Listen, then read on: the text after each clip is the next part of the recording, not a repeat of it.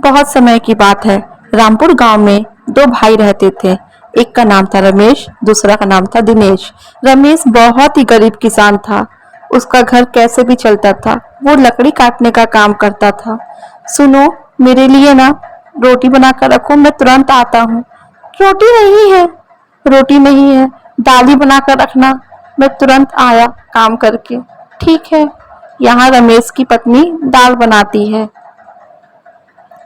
रोटी भी नहीं ला रहे हैं, कैसे घर चलेगा। मैं अनाज कहाँ से लाऊं, मेरे पास पैसे नहीं हैं। दिनेश भैया से बात करता हूँ, कहीं वो मेरी मदद कर दे। ऐसा सोचकर रमेश चलता जाता है। हाँ हाँ, ठीक रहेगा, मुझे दिनेश भैया से बात करना होगा। और यहाँ दिनेश का बहुत बड़ा मकान था। उसके पास पैसे की कोई कमी नहीं थी।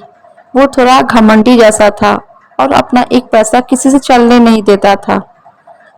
दिनेश भैया, तो दिनेश भैया, समय ढलते जा रहा था। सब दिनेश भैया, लगता है रमेश आया है। हाँ हाँ रमेश, अंदर आओ। अंदर आओ मेरे भाई।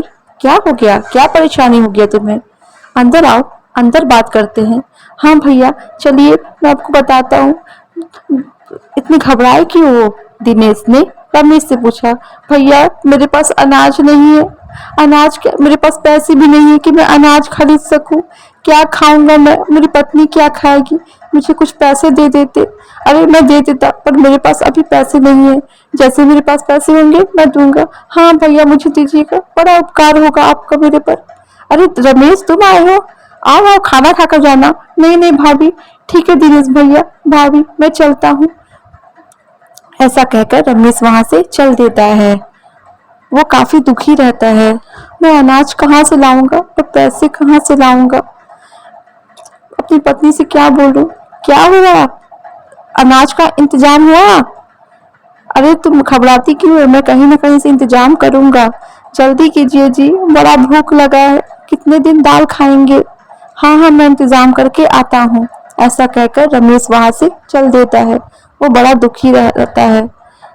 अरे आज का दिन कैसा है, मैं अनाज कहाँ से लाऊं? मेरी पत्नी को क्या जवाब दूंगा?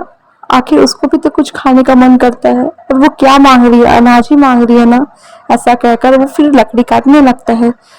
लकड़ी काटते करते उसका कुल्हाड़ी जाके पानी में गिर जाता है। अरे अरे, ये क्या? मेरा कुल्हाड़ी, एक मेरा यही सहारा था। मैं लकड़ी काटता था और बेचता था। पुत्र, लो तुम्हारा कुल्हाड़ी। नहीं नहीं, मेरा लोहा का कुल्हाड़ी था। ये है कुल्हाड़ी, मेरा लोहा का कुल्हाड़ी था। हाँ पुत्र, तुम बहुत नेक दिल के हो। ये लो सोने का कुल्हाड़ी, ये दोनों कुल्हाड़ी ले जाओ। रमेश आश्चर्य होकर घर आया। ये देखो सुशीला, मुझे ना वो सारी बात बताया। मैं लकड़ी काटने जा रहा था तो तालाब में मेरा कुल्हाड़ी गिर गया और इसमें से एक पड़ी निकली और मुझे सोने का कुल्हाड़ी दे रही थी, लेकिन मैंने अपना कुल्हाड़ी मांगा तो वो दोनों दे दी। अगली सुबह, अरे ये घर, अरे हम लोग कहाँ सोए? सुशीला देखो, बंटी देखो, हम लोग कहाँ सोए हैं? लगता है हम लोग किसी दूसरे के जगह घर आकर सो गए हैं। नहीं नहीं जी, देखिए हम लोग का ही घर है। हाँ पापा देखिए, बाहर ना जो हम लोग पौधा लगाए थे वही लगा हुआ है, और हमारा कुआं भी है पुराना वाला। मैं सुन रहा हूँ रमेश का घर बड़ा हो गया है और वो काफी कहीं लॉटरी वॉटरी लगा है क्या? चल के उससे बात करना चाहिए, ऐसा दिनेश सोचता है। अरे रमेश, सही बोला, सही सुना मैंने। इसका घर तो काफी बड़ा हो गया है। रमेश, मैं क्या सुन रहा हूँ? तुम्हारा घर तो काफी बड़ा हो गया है। कोई लॉटरी लग गया है क्या? नहीं भैया, दरअसल मैं लकड़ी काटने जाता हूँ ना, तो कुल्हाड़ी मेरा तालाब में गिर गया और उसमें से सोने का कुल्हाड़ी। बस बस, मैं समझ गया समझ गया। अरे भैया, मेरी पूरी बात तो सुन लो। मैं समझ गया रमेश, तुम क्या कहना चाहते हो। और इस तरह उसकी पूरा बात सुने बिना दिनेश वहां से चल देता है। भैया पूरी बात सुनते भी नहीं और चले जाते हैं। खैर कोई नहीं, ऐसा बोलकर रमेश वहां से अपने घर चला जाता है। अरे रमेश बड़ा चालाक निकला। वो जानबूझकर कुल्हाड़ी फेंक कर सोने का कुल्हाड़ी ले लिया। मैं भी ऐसा ही करूंगा। वो भी लकड़ी काटने के बहाने से गया और जानबूझकर कुल्हाड़ी फेंक देता है और उसमें से पड़ी निकलती है। अरे पुत्र, क्या हुआ? परी मेरा कुल्हाड़ी पानी में गिर गया। ये है कुल्हाड़ी तुम्हारा? नहीं, मेरा सोने का कुल्हाड़ी था। ये कुल्हाड़ी है? हाँ हाँ, तो यही कुल्हाड़ी है। और मनी मन मुस्कुरा रहा था। ठीक है पुत्र।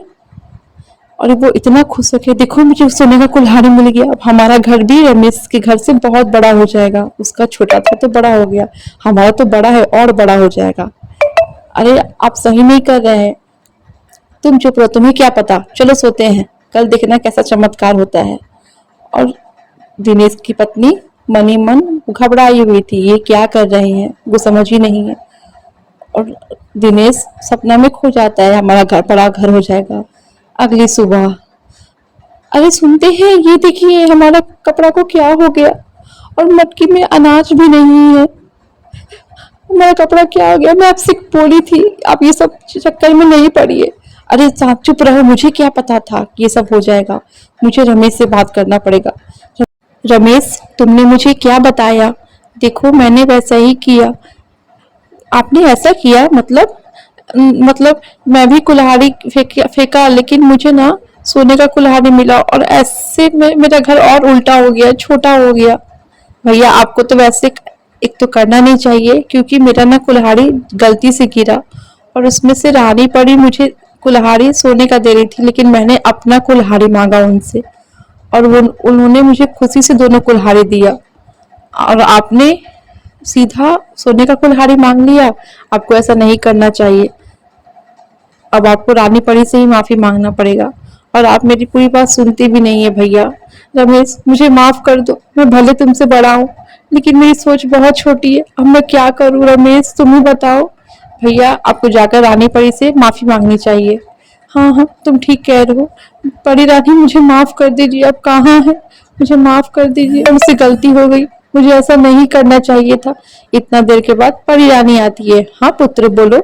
मुझे माफ कर दीजिए परी रानी, मैं आपसे वादा करता हूँ, आज के बाद से मैं ऐसा लालच कभी नहीं करूंगा, और मेहनत से कमाऊंगा। ठीक है पुत्र, मैंने तुम्हें माफ कर दिया, धन्यवाद रानी परी, आप बहुत अच्छी हैं। थोड़ी देर बाद दिनेश घर जाता है। अरे फिर घर पहले जैसा हो गया। अरे देखिए ना दिनेश, दिनेश जी घर फिर पहले जैसा हो गया, मेरा पोशाक भी चेंज हो गया, और आपका भी। हाँ हाँ, और आप जैसे ही गए थोड़ी देर में सब कुछ ठीक हो गया जी। हाँ हाँ, मैं बहुत खुश हूँ। इसके बाद से दिनेश और उसका छोटा भाई रमेश अच्छे से रहने लगे, और वो खेतों में भी अपने बहुत लगन से काम करते और मेहनत से काम करते, और रमेश छोटे जैसा अपने बड़े भैया से व्यवहार करता था। अगर आपको ये कहानी अच्छा लगा हो तो लाइक कीजिएगा और कमेंट कीजिएगा।